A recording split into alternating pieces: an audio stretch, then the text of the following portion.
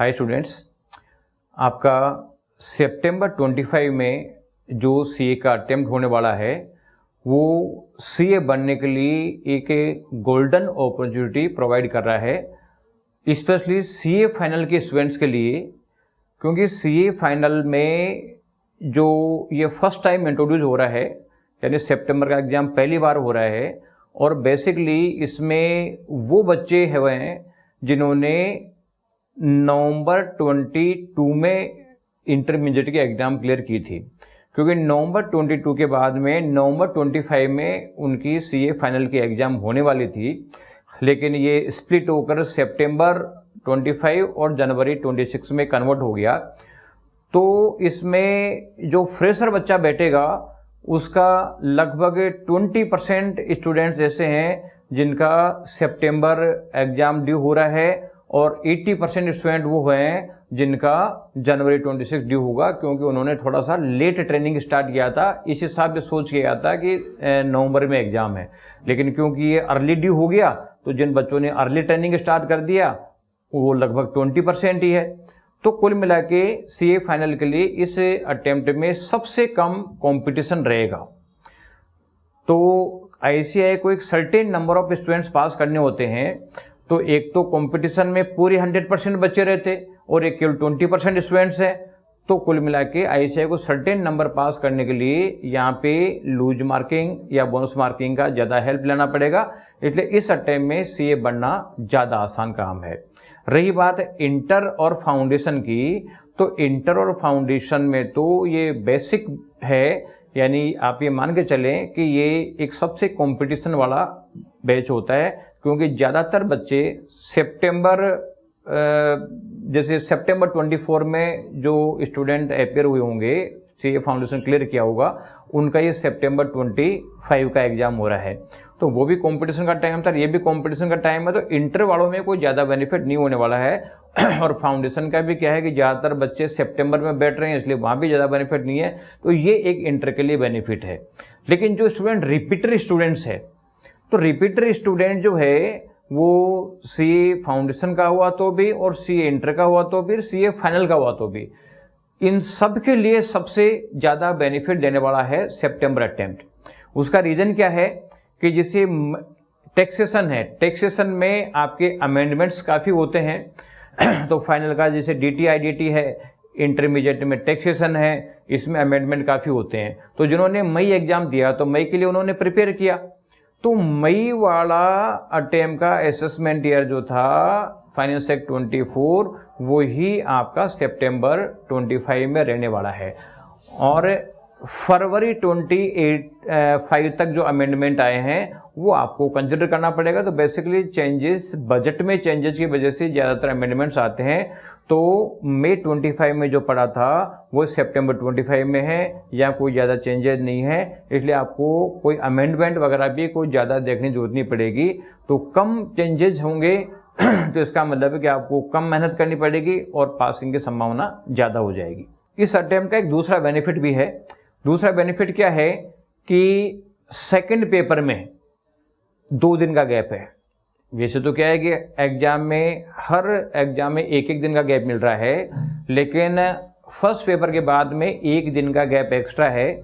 जैसे मान लीजिए फाइनल है तो एफआर के बाद दूसरा पेपर ईएफएम में होता है, तो ईएफएम में 2 दिन का गैप है। इंटर में भी 2 दिन का गैप है लो के एग्जाम में, और लो वैसे थ्योरेटिकल प्रॉब्लमेटिक है, तो एक बार रिवीजन करोगे तो ज़्यादा अच्छे मार्क्स आएंगे। तो इंटर और फाइनल दोनों के लिए एक एक दिन एक्स्ट्रा होने की वजह से भी 2 सब्जेक्ट है उस पर अच्छी वर्किंग आप कर सकते हो, उसका बेनिफिट भी आप लोगों को मिलेगा।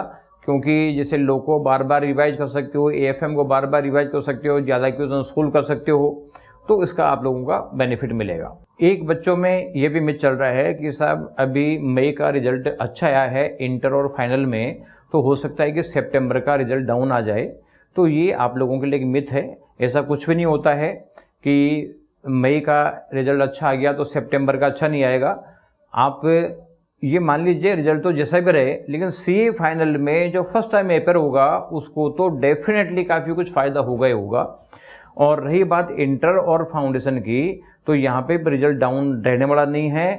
रिजल्ट ICSE रिजल्ट को डाउन करने के लिए कोई एफर्ट्स नहीं करती है, इसलिए ये माइंड से निकाल दें कि पिछला अटेम्प्ट में अच्छा रिजल्ट गया था तो इस अटेम्प्ट में खराब रिजल्ट जाएगा, क्योंकि इस एग्जाम में भी रिजल्ट अच्छा ही जाने वाला है। इसके अलावा देखो, आपका जो रिपीटर स्टूडेंट्स है उसके लिए स्ट्रॉन्ग बेस रेडी है, यानी अभी आप लोगों ने मई के एग्जाम के लिए स्ट्रॉन्ग प्रिपरेशन किया था, तो अगर आप लोगों का पासिंग में गैप थोड़ा ही है, यानी 10-5 नंबर से रहे हुए हो, तो आपके लिए सबसे बेस्ट है, क्योंकि आपके काफ़ी कुछ कंसेप्ट क्लियर है, आपने अच्छे में चीज़ें अंडरलाइन कर रखा होगा, स्टडी मटेरियल भी आपको वो यूज में लेना है, इसलिए आप अपनी जो तैयारी है उसको थोड़ा सा रिफाइन करें, उसका रिवीजन करें और अपना कॉन्फिडेंस को बिल्ड करें।